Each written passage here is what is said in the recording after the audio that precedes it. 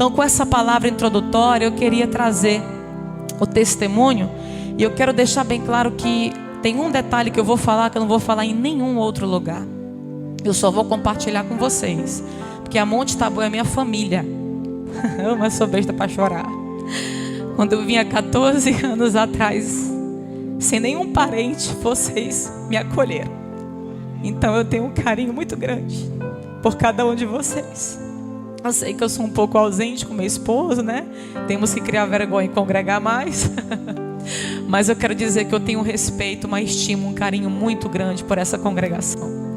Então o que eu vou falar aqui, eu vou falar só para vocês. Eu não vou falar em outro lugar. Amém? Queridos, eu coloquei alguns pontos aqui para você entender que o que Deus fez na minha vida, o plano dele, mesmo depois de sofrimentos, mesmo depois de caos, como o povo de Israel estava vivendo, mas o Senhor tinha um plano no futuro, que eu não sabia quanto tempo iria durar esse plano para se concretizar, mas no tempo dele, segundo a sua soberana vontade, ele se concretizou. Eu acho interessante a gente também poder lembrar aqui sobre essa soberania da vontade de Deus, que a gente não entende, não adianta. Lá em Isaías, no capítulo 55, o Senhor mesmo vai declarar através do profeta: os meus caminhos e os meus pensamentos são muito mais altos do que os vossos pensamentos.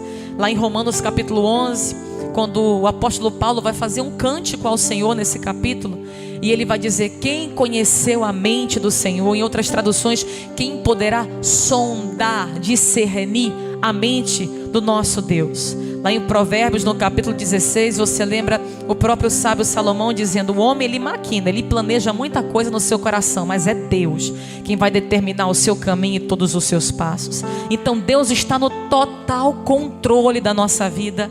Ele está no total controle das nossas decisões e emoções.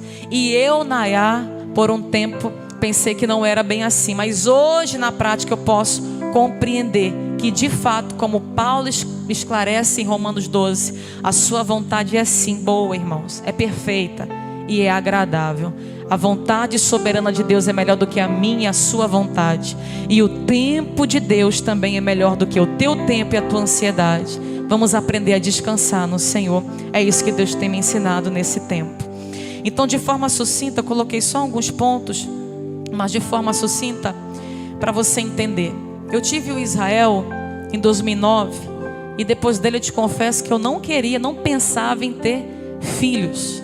Mas passaram-se os anos, e eu fui fazer faculdade. Depois que eu terminei, agora vamos tentar ter um filho, como se eu governasse a minha vontade, né?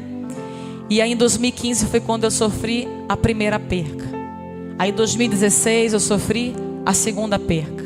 2017 a terceira perca.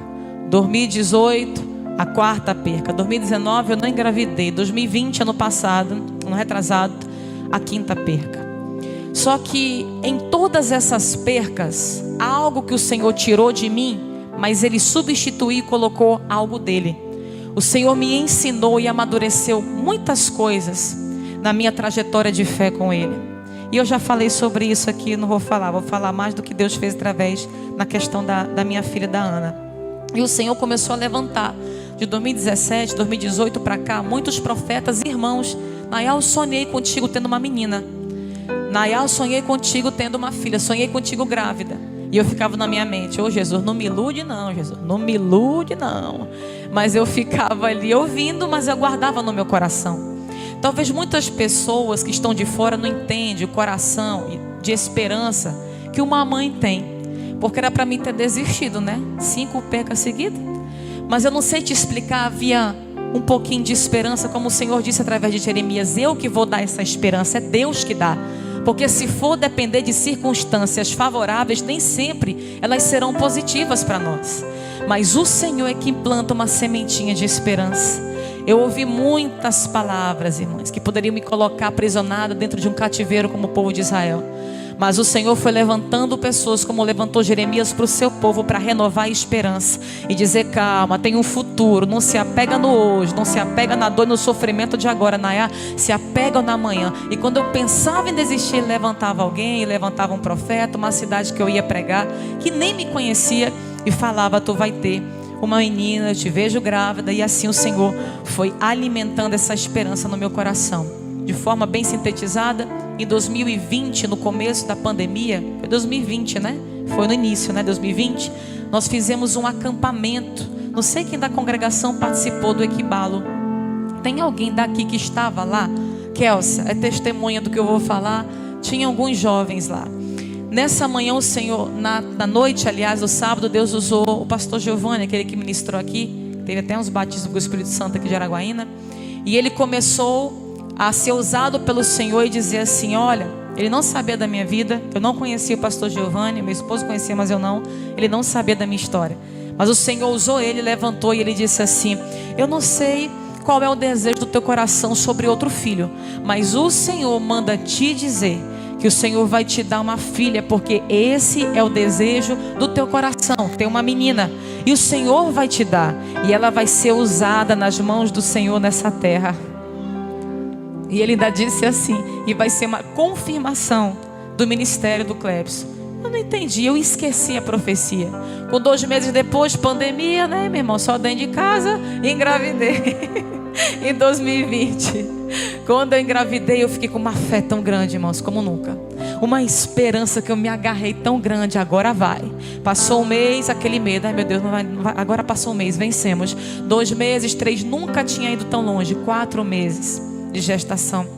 Então eu tive, não lembro se eu cheguei a ter um sangramento. Sei que de repente eu fui fazer uma ultrassom de rotina e o doutor disse: não tem mais batimento cardíaco. O irmão, saí de lá desolada, segurando o choro para não mostrar fraqueza para ninguém. Mas quando entrei no carro, comecei a chorar. Senhor, tu não disseste, Senhor, que tu ia me dar de novo, Senhor, de novo. O Senhor falou na frente de tanta gente, eu acreditei. Também não acredito mais em profeta. A rebeldia quis entrar. Não acredito mais no negócio desses profetas, não. Tadinho do irmão Giovanni.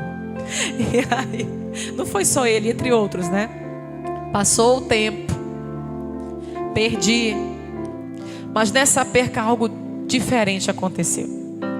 Porque quando ele falou que não tinha mais batimento, veio aí uma fé do Clebson Bandeira na minha vida. E já era de tarde, eu falei: eu vou entrar para dentro do quarto, ninguém bate, ninguém me incomoda. Eu fiquei dentro do quarto. E eu fiquei orando até de noite, irmãos, pedindo para Deus ressuscitar. Porque eu iria fazer um ultrassom no domingo na segunda-feira de manhã. Mas foi acho que uma sexta, e na segunda eu ia fazer ultrassom. Mas naquele dia eu comecei a orar e dizer: Senhor, tu podes. A tua palavra diz, a tua palavra que diz: se creres verás a glória de Deus. Ainda que esteja morto, viverá. E eu sozinha ali, com o rosto no pó, orando. Que eu dormi. No que eu dormi, eu tive um sonho. E nesse sonho, irmãos, eu entendo que foi uma direção de Deus. Que desde esse dia, eu falo disso, eu não sinto mais dor. Eu não sinto mais sentimento de cobrança, porque eu tive sentimento para com Deus, não vou mentir para os irmãos. Mas nesse dia que eu tive um sonho, que eu comecei a orar, eu sonhei que eu estava numa mansão muito bonita, muito linda, e tinha um jardineiro, tipo aquelas governantas que cuidam das mansões dos ricão aí. E aí esse homem era tipo um responsável por esse lugar. O jardim, irmão, era coisa linda. E tinha um sofá dentro dessa mansão muito chique, igual o sofá do pastor do pastor Jessé. Aquele sofazão chique mesmo. E aí ele foi e ele começou a chama as crianças. Irmãos, veio 4 crianças. Eu estava com um morto, a quinta. Aí sentou um menininho, outro menininho, uma menininha, que eu já perdi uma menina, e outro menininho. E ele não falava, mas ali eu entendia que aquelas 4 crianças eram meus filhos. E eu entendia que ali era o céu. E na hora que eu vi aquilo, ele fala, aí vinha uma outra pessoa com um caixãozinho e com um menininho, porque quando eu perdi, não deu para ver o sexo, eu não sabia que era um menino. Quando nasceu do aborto, foi que eu vi que era um menino, mas no sonho, Deus mostrou que era um menino essa perca. E veio um menininho muito parecido com Israel no caixãozinho. E quando ele chegava e se aproximava, eu olhava, meu Deus, mas parece com Israel, é tão lindo. Aí eu entendia que era o filho que estava no meu ventre, isso no sonho. E ele falava assim, calma, pegava no meu ombro, calma, Nayá. Logo ele vai se juntar com essas outras crianças aqui. Elas estão bem, descansa. E eu acordei. E naquele dia, eu fiz um voto com Deus. E eu disse: Senhor, chega. Eu, Nayá, não quero mais tentar e passar por essa frustração. Mas tu colocaste uma esperança que nem eu entendo por que eu persevero nisso. Mas, Senhor, se essa esperança que eu tenho é porque tu ainda tem um projeto de me dar outro filho, eu te peço, me dá uma filha mulher. E se tu me deres, Senhor, se o Senhor me deres uma filha mulher, eu te devolvo uma missionária. Senhor, eu vou criar ela diferente. Israel não veio hoje, é bom que eu posso falar dele. Eu falei desse jeito na oração. Eu falei: Senhor, eu criei o Israel com muito entretenimento. Ela vai ser diferente. Ela vai ser seletiva, a vida dela, o que ela vai fazer. Eu ainda falei desse jeito: Senhor, nem negócio de fotinha para loja, não, vai ser tudo diferente. Vai ser uma menina para o reino, inclinada para o reino.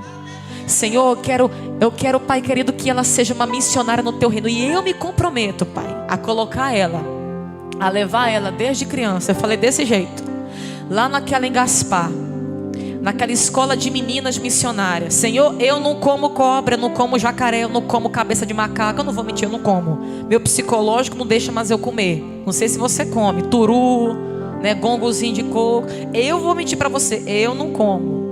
Mas eu orei desse jeito: Senhor, eu não como não, mas eu vou levar essa criança desde pequena para acostumar, desde pequena. Aí ela comeu o que for preciso para não ter frescura. E para ela crescer e servir teu reino sem dificuldade. Agora, Senhor, o coração do homem eu não posso inclinar. Eu vou fazer minha parte, mas que o Senhor volte o coração dela para ti. E tem mais uma coisa, Senhor. Se o Senhor me deres essa menina, Pai, quando ela tiver 1 ano de idade, eu vou fazer um culto lá na minha casa, no aniversário dela, e chamar de esquina a esquina todos os meus vizinhos, e eu vou falar do Senhor para essas pessoas. E tem mais uma coisa: se o Senhor me der uma menina, Pai querido, e me confiar a vida dela, Senhor, e me ajudar a criar ela nos teus caminhos para a obra missionária, eu te peço também que o Senhor venha colocar dentro dela, Pai, a chama, a ousadia e a coragem que tu deste para o meu esposo. O Clebson não está deixando sucessor e nem um legado de sucessor no sentido de um preparo, como Moisés fez com Josué. Mas, Senhor, que tu possa, Pai querido, o que o Senhor deu para o Clebson, fazer que a Ana dê continuidade debaixo da tua unção. E aí eu não lembrava da profecia do pastor Giovanni, que ele disse depois. Eu fui saber esses dias que eu fui lembrar, que ele falou justamente isso, que seria uma confirmação do ministério do pastor Clebson Bandeira. Então, olha os mistérios de Deus. E para mim já concluir, quando eu engravidei, eu falei: Clebson, eu não vou postar nada, eu não vou falar nada para ninguém. Poucas pessoas sabiam. Quem me via se espantava: oh, gente, faz tempo que eu não te vejo, até com bucho. Pois é, não contei até vocês, pouca gente sabia. Mas quando eu fiz isso, foi uma orientação de Deus ficar mais na minha mesmo. Passando-se um tempo já, então quando eu descobri da gravidez, pulei isso aqui que eu já tenho 2 pontos, eu vou já orar. Quando passou esse tempo da gravidez, eu pulei uma parte. Quando eu fiquei sabendo, olha o mistério, quando eu fiquei sabendo que eu estava grávida, estava tendo uma conferência com o pastor Jabes de Alencar, lá na Jerusalém à tarde. Não sei se vocês lembram, alguém foi daqui. Nesse dia eu descobri que eu estava grávida. Eu tinha acabado de perder um bebê. Tinha nem 1 ano.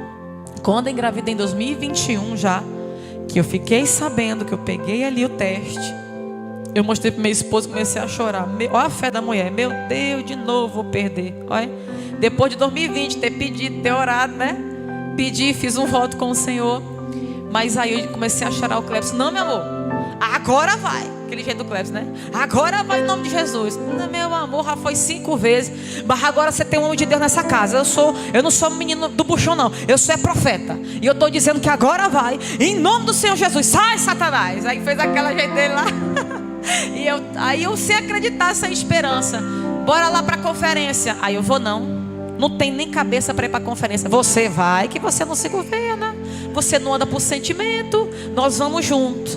E aí nós fomos juntos, eu, ele e o Israel. Eu fui toda de chinela, desarrumada, estava sem vontade de ir. Eu estava desolada, irmão, pensando que ia perder de novo. Quando eu sento na cadeira, passa uns 20 minutos, o Clebson sobe na escada, que eu fiquei na galeria, e faz assim para mim, ó. Eu já fui zangada. Mulher sabe, né, quando briga com o marido.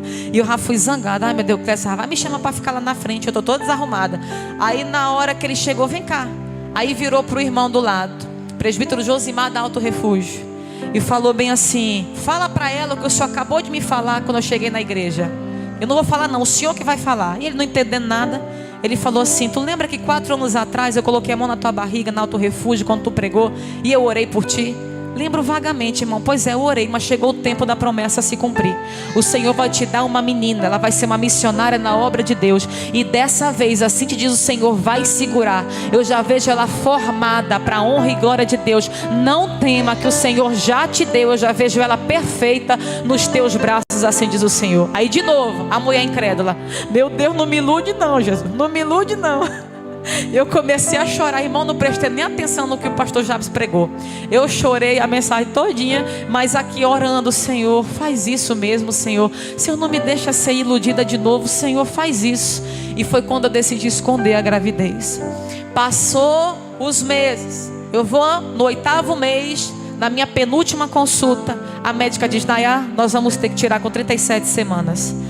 Tem uns médicos que conhecem a tua situação, e o Senhor diz, aliás, Senhor não, ó, disse assim: já tem que tirar, é melhor tirar logo, já teve muita perca, é bom a gente tirar. Aí me angustiou, que eu queria ter normal, não sabia nem se eu podia, mas eu preferiria pela recuperação. E naquele momento, irmãos, eu fiquei angustiada. Aí eu lembrei de uma profecia de 2 meses antes, da pregadora Mariana, que eu já trouxe aqui, que é usada pelo Senhor, e disse assim: Nayá, assim te diz o Senhor, 2 meses antes disso, eu não estava lembrando. Deus orientando em tudo, irmão, em tudo, regendo em tudo. E aí falou assim: o Senhor manda te dizer que essa criança vai nascer antes das 40 semanas. Não é para tu temer, confia, porque Deus vai te dar um livramento. É um livramento que o Senhor está trazendo na tua vida e dessa criança. E eu não lembrava, aí comecei a me angustiar. E o Cleves: não, vamos orar para virar. Mas a menina não virou. Mas nós vamos orar, meu amor, mas tem a vontade de Deus, meu amor. A menina não vira mais não, a doutora falou, que já está com esse tanto de quilo, tá desse jeito. Meu outro ainda é bicorno, ainda tem isso. E aí ele pegou insistindo, eu fiquei sem paz. Aí o Senhor me lembrou, estava na cozinha, e o Senhor me lembrou a profecia da Mariana. Eu fui ouvir usar de novo, eu disse, liguei para a doutora: nós vamos fazer semana que vem. O Senhor, eu evangelizava muito ela, né? Eu e o Cleves. Aí eu falei: o Senhor disse, lembra que eu lhe falei? Eu não lembrava, mas o Senhor disse que é antes, então vamos ter antes.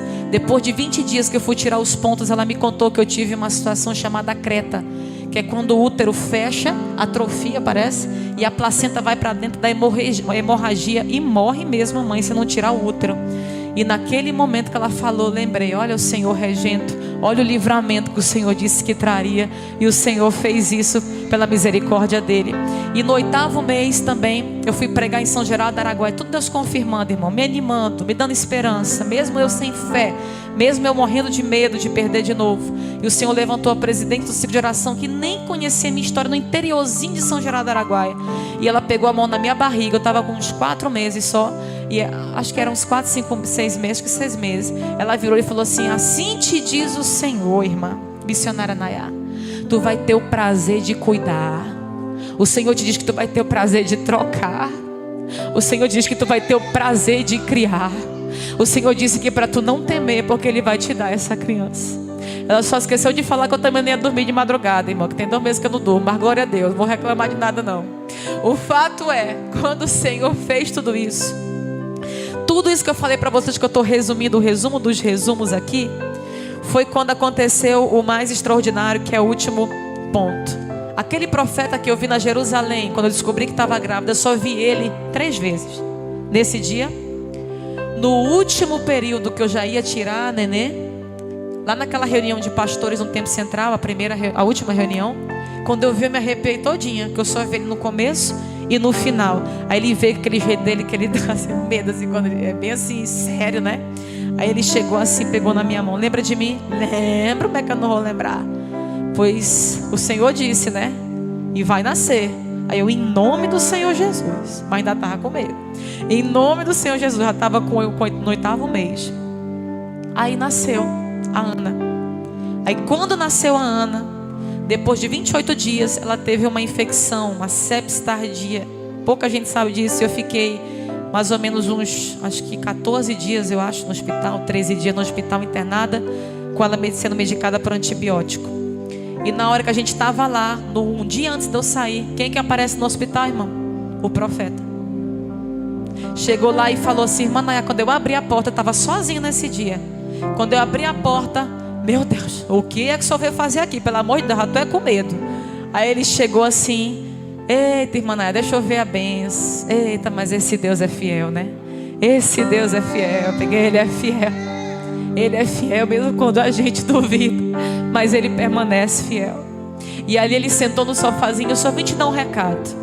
Quando tu sair daqui, porque amanhã tu vai receber alta. E eu recebi alta no outro dia.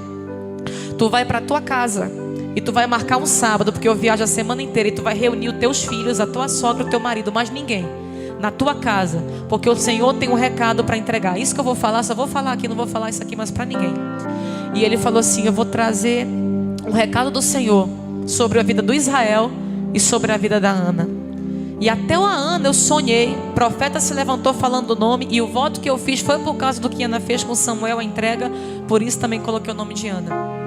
Para terminar o testemunho, nesse momento que ele disse isso, que eu saí no outro dia, isso foi uma terça, no sábado eu marquei para ele lá em casa. Aí vem o mistério.